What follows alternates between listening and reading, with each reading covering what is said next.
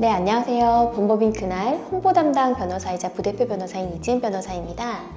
작년 말에 가장 이슈가 됐던 이혼 사건은 바로 노소영 아트센터 나비관장과 최태원 SK그룹 회장과의 이혼 소송이었습니다. 재산 규모나 두 당사자의 사회적 지위로 인해서 당연히 언론의 주목을 받은 판결이었는데요. 더욱이 실무상은 기존의 이 특유재산의 법리와 조금 차이가 있었던 재판부의 판단에 대해서 좀 의견이 분분했습니다. 그 당시 최 회장에 대해서 그 노관장에게 재산 분할로 665억 원, 위자료로 1억 원을 지급하라는 판단이 나왔는데요. 이는 최 회장이 가지고 있던 SK 주식을 특유재산으로 인정을 해서 이를 제외한 나머지 금액을 분할 대상에 삼았기 때문에 나온 결과였습니다. 물론 해당 판결이 확정이 된 것은 아니고요.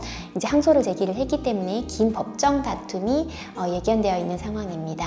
자, 이때 실무상으로 쟁점이 됐던 특유재산이라는 것은 무엇일까요? 이 특유재산이란 부부 일방이 혼인 전부터 가진 이 고유재산과요, 또 혼인 중에 부부 일방이 자기 명의로 취득한 재산을 말합니다. 이 특유재산으로 인정이 되는 경우는 당사자 쌍방의 협력으로 이루어진 그 재산이 아니기 때문에 이혼 시에 그 재산 분할 청구 대상에서 제외되는 것이 원칙입니다. 근데 다만 이러한 재산이 이 모두 특유재산으로 되면은 좀 문제가 발생을 하게 됩니다. 이 통상 부부가 함께 살 때에는 그 재산의 명의에 대해서는 큰 의미를 두지 않는 경우가 많습니다. 특히 이제 세금 문제 등으로 인해서 또 부부 일방의 명의로 재산을 해두기도 하고요. 또 은행 등 이제 좀 업무 처리를 하는데 편의를 생각해서도 명의를 일방으로 해두기도 합니다. 예를 들면 가장 이제 큰 것이 부부가 함께 살면서 마련하는 집을 이제 남편 일방의 명의를 해두는 경우도 많죠. 반대의 경우도 많고요. 근데 이런 경우에 이혼할 때 어느 일방의 명의로 취득한 재산을 특유재산이라고 하게 되면 그 상대방으로서는 혼인기간 중에서 부부가 모았던 가장 큰 자산을 전혀 분할받을 수 없게 되는 그런 불합리한 일이 발생하게 됩니다. 따라서 우리 대법원은 이 특유재산은 원칙적으로 분할 대상이 되지 않지만 이런 재산이라도 다른 한쪽 배우자가 이 적극적으로 그 특유재산의 유지에 협력해서 감소를 방지했거나 증식에 협력한 경우에는 분할 대상이 될 수 있다라고 판단을 하고 있습니다. 자, 근데 이 의미가 무엇일까요? 특히 이제 일반 가정주부의 경우에 이 재산 감소 방지 및 증식의 협력, 이것을 어떻게 인정을 받을 수가 있을까요? 돈을 벌어온 것도 아닌데. 그래서 이에 대해서 이제 우리 법원은 가사노동의 의미에 대해서 조금 중점을 두고 있습니다.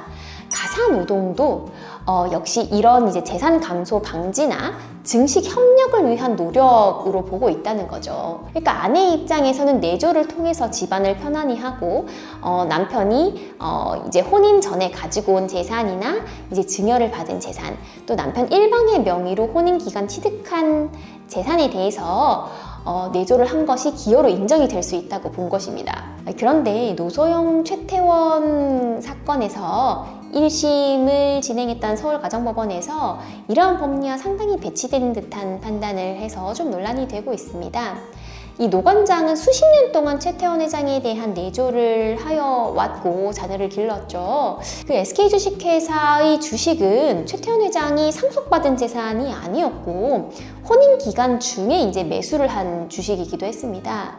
그리고 이후에 물론 이제 경영 활동을 통해서 이 최태원 회장이 보유하고 있던 주식 가치가 3조 이상으로 이제 증가를 하게 된 것이죠. 이와 같이 이제 혼인 중에 부부 일방의 명의로 취득한 재산의 경우에 실무상으로는 부부 공동재산에 포함을 하되 기여도에 있어서는 실질적으로 경영활동을 한쪽의 기여도를 높이 책정하는 경우가 많습니다.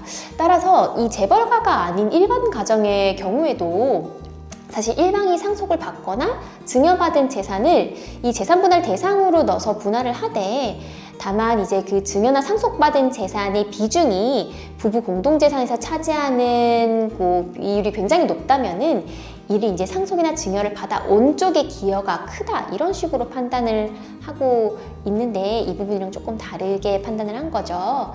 그 노소영 최태원 사건 이전에 또 화제가 되었던 재벌가의 이혼 판결로는 대표적으로 세기 소송이라고 불렸던 이부진 사장과 이무재 전 고문의 이혼 소송이었습니다. 이 당시에 이부진 사장의 재산 규모가 2조 5천억 원 정도에 이른다 라고 했지만, 그래서 임전무가 얼마를 분할을 받을 수 있을지가 굉장히 큰 화제가 되었습니다. 이무재 전 고문은 재산 분할 금액으로 50%를 이제 주장을 했지만, 실질적으로 이제 항소심에서 받은 금액은 141억 원 정도였습니다. 이 임 전 고문은 삼성 임원으로서 그 부부의 재산 형성에도 기여를 했고, 또 혼인 기간이 상당히 길었다, 그런 점을 감안해서 50% 정도는 인정이 돼야 된다라고 재산 분할을 요구를 했었는데요. 법원에서는 이부진 사장의 재산 대부분이 삼성물산이라든지 삼성그룹 주식이었고요. 또 이것은 최태원 회장의 경우와는 달리 이부진 사장이 상속이나 또 증여로 취득한 것이 대부분이었습니다. 또 혼인 기간이 10년이 넘었지만 실질적으로는 10년 이상 좀 별거를 하고 있었다는 점이 감안이 됐고요. 또 실질적으로 그 임 전 고문이 이 내조를 하였다거나 재산 증식에 이부진 사장만큼의 기여를 한 것이 없다는 점을 들어서 이 특유재산을 제외한 평가 재산이 700억 원이었 정도였는데요.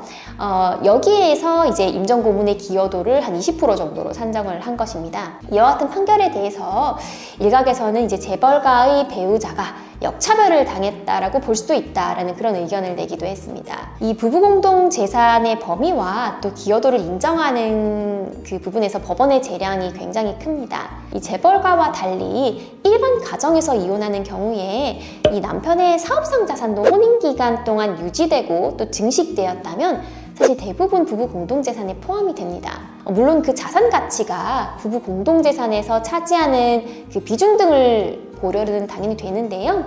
이때 이제 그 비중에 따라서 이제 사업상 자산 가치가 굉장히 크다 그러면 그 부분은 부부 각자의 기여도에서 차이가 나게 되는 거죠.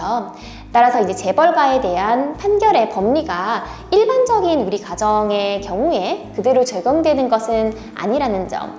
예컨대 통상의 경우에 이제 남편이 법인을 운영하고 그 법인의 이제 비상장 주식이죠. 통상은 그 주식을 보유를 하고 있다면 또 그 법인의 주식은 남편의 명의 재산이지만 실질적으로 아내가 내조를 하면서 그 이제 법인 자산이 유지되고 증식되었다는 점이 인정이 되면 분할 대상이 대부분은 된다는 점을 알고 계셔야 될 것 같습니다.